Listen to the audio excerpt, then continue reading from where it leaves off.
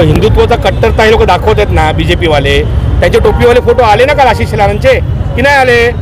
आणि हिंदुत्वावरती बोलायला गेलं तर माझे राजसाहेब खूप कट्टर आहे. तो तसं राजसाहेबांचं मराठी पण कडवट आहे, कट्टर आहे, तसंच हिंदुत्वही कट्टर आहे. कुठेही त्याच्यातनं मागे हटणार नाही आहेत. आणि आम्हालाही तीच शिक्षा आहे राजसाहेबांची. जिथे मराठीला बोट लागलं तर अंगावर जा, आणि हिंदुत्वाला जरी खर्चातला नक लावायला कोण आलं तिथेही आम्ही अंगावर जाऊ.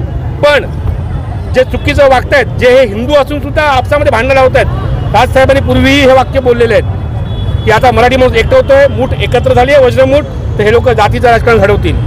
लगेच मराठा आंदोलन झालं, मग हिंदू आणि मुस्लिम भडकवतील. हा विषयच नाही हिंदू मुस्लिमचा.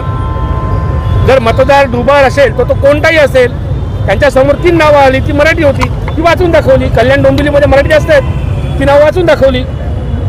बस एवढंच आहे. हे राजकारण, हे बीजेपीचं राजकारण आहे. हे घाणेरडं राजकारण करणारा आशिष झोलर, इकडे देवेंद्र फडणवीस असतील, हे झोलरच आहेत सगळे.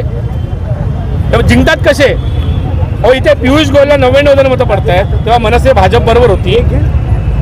पंतप्रधान मोदी बनण्यासाठी मनसेने भाजपला पाठिंबा दिला होता, तेव्हा पियुष गोयलला 99 मतं पडली. आणि आज ह्याला प्रकाश सुर्वेला, त्याच्याबरोबर शिवसेना नाहीये, मनसे नाहीये, त्याला 1,05,000 मतं पडली. कुठून आणली ही मतं? चोरी. ही मतांची चोरी आहे ना. त्याला स्वतःलाही माहित नाही मी असं जिंकलो कसा. तोही चिमटे काढतोय रोज, त्यालाही माहित नाही की मी जिंकलोय कसा. हे तुम्हाला कळलं पाहिजे राजकारण काय ते. मी जनतेला आवाहन करीन, मराठी माणसाला आवाहन करीन, एकत्र या, दोघे यांची दादागिरी काय. याचा परिणाम महानगरपालिकेमध्ये दिसणार का? नक्कीच याचा परिणाम महानगरपालिकेत दिसणार. आणि मराठी माणूस मुंबईतनं हद्दपार झाला, ही यांची जी बोंब आहे ना, की मराठी माणूस मुंबईतनं हद्दपार झालाय. आम्ही मराठी माणसाला आवाहन करतो, आपण 40% 45% मुंबईत आहोत, आपण एकत्र राहू, वज्रमूठ करू.